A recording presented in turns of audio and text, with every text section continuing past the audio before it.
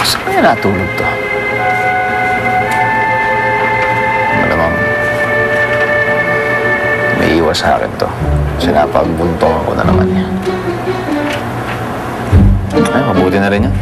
At least, iwasan ko siya. Iwasan niya ako.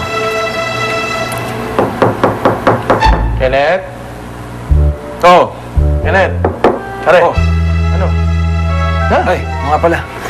Teka. Shower lang mo. Shower lang. Oh. At dahan-dahan naman. Saan? Hindi na ba magbabago yung isip mo? Sigurado ka na ba dyan sa desisyon mong yan, Bes? Bes, buong magdamag kong pinag-isipan to. Buo na talaga yung desisyon ko. Payag na ako sa gusto ni Kenneth. Magiging lalaki na lang ako. Ano? Parang hindi ko gusto yung narinig ko. Ano pinagsasabihin mo?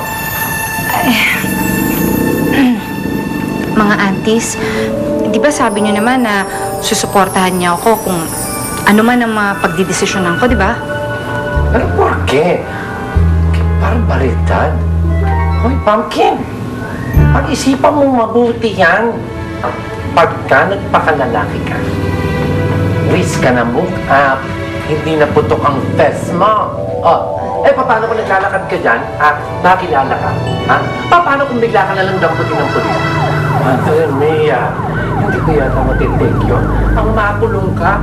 No, pwede pasar, iha. Auntie, paano naman po si Kenneth? Hindi ko naman po siya pwedeng iwanan na lang. May pinagdadaanan yung tao eh. I suggest that you think this over 10 or 100 times before you make this decision. Diyos ko. Pero, paano naman ang kaligayahan niya kung wala si Kenneth? Paano naman dyan liligaya kung sakasakaling makulong siya? Oo nga naman. Oo. May punto. Alam ko na. Ang problema mo, may solusyon ako dyan. Akong bahala. Ay, nako. Koka! Tonet! Ayan. Yes. Andyan yung nabili ninyo. Dami-daming tao sa ukay-ukay.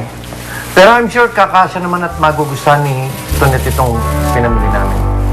Hoy! Asan si Tonet?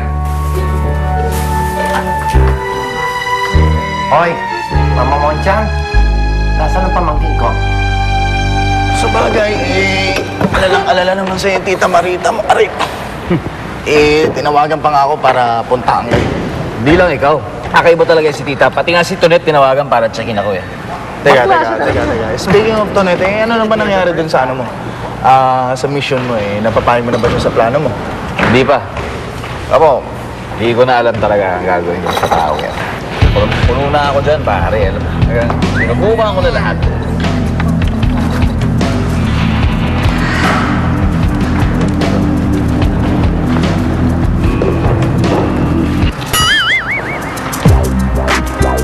Tonet? Ayos ba, pare? Ha?